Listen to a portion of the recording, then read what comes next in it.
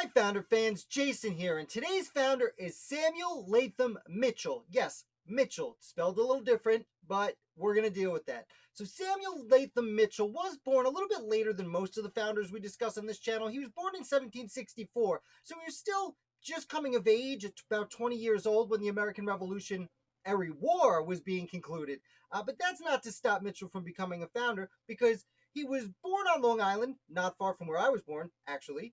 But he traveled to Scotland where he got a medical degree. But Samuel could be considered only an academic because he came back to the United States after he became a doctor and he said, well, that's not enough. So he studied the law and became a lawyer also.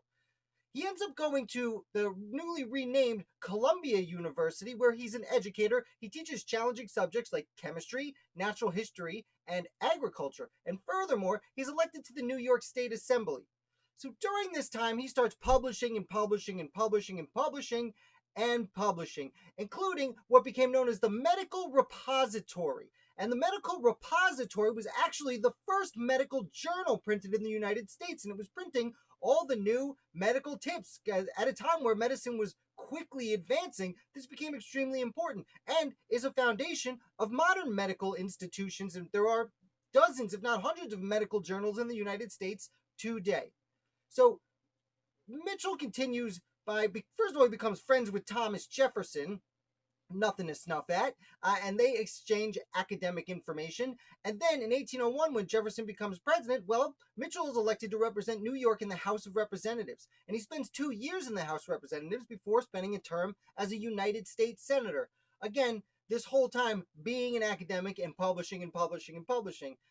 A few years after his Senate term's over, he's actually elected back to the House of Representatives for another term. But during this time, he becomes really one of the most important educators in the United States. He actually leaves and goes to an institution called the College of Physicians and Surgeons. Now, this was a separate medical school in New York State, and he went to it, and he's there, and he has a little bit of a disagreement with his former university, Columbia. And he spends the majority of his career at the College of Physicians and Surgeons. Ironically, after his death, the College of Physicians and Surgeons would be absorbed into the University of Columbia anyway, but he didn't know that, and that's okay. What I find really interesting, there's this one thing about him that really stands out, is Mitchell used to tell this joke, and it was half-hearted, tongue-in-cheek joke, but it seems to be the kind of joke that you tell your friends to see if they're interested, and then you're like, oh yeah, you like that idea? Or if they don't like it, you're like, oh, no, I'm just joking. I'm just joking. So what Mitchell used to do was he used to say, maybe we should rename the United States. Now, this sounds like lunacy to us in modern days, but again, this is back in the first couple of decades after the American founding. It wasn't necessarily out of the question. Although most of his colleagues didn't seem to like the idea. So Mitchell kind of said, no, I'm just joking. I'm just joking. But he told this joke a lot, and he published multiple papers about this very same joke and trying to convince people to rename the country. And what did he want to name it? He wanted to call it Fredonia. And now this is a term of his own making. He claimed that it was part Latin and part Greek, but it seemed to pretty much just be something he made up because it sounded like freedom, don't it? Either way, Mitchell promotes Fredonia, and he wanted the people to be, instead of Americans, wait for it, he wanted us to be called Freedons, or Freedons, Freedons, Freedons, Freedons.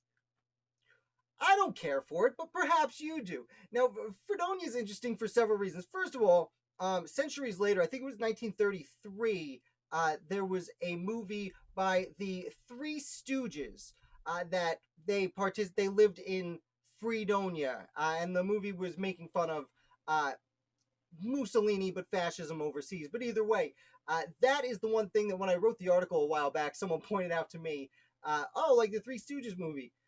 As for me, there is a town called Fredonia in upstate New York, and on a personal note, that's actually where my spouse went to college. I got her State University of New York degree, so it holds a little bit close to my heart. Although that's me personally, but I like to point this out because it's interesting to see how the American founders, they obviously affected the United States and the world in many profound and deep ways, but they also affected America, the modern America, in fairly unsubstantial ways, like the names of towns, and even when they tell a joke, it still can affect our daily lives. So that's Samuel Latham Mitchill. I hope you enjoyed this video. If you did, definitely hit like, make sure to subscribe. And while you're down there, even if you're not new here, hit the notification bell because it'll tell you when I'm putting out a new video, which is 8:15 Monday through Friday. Thank you so much for watching. I hope you enjoyed the video, and I will be back with my weekly live video where we recap the last 7 founders of the day tomorrow.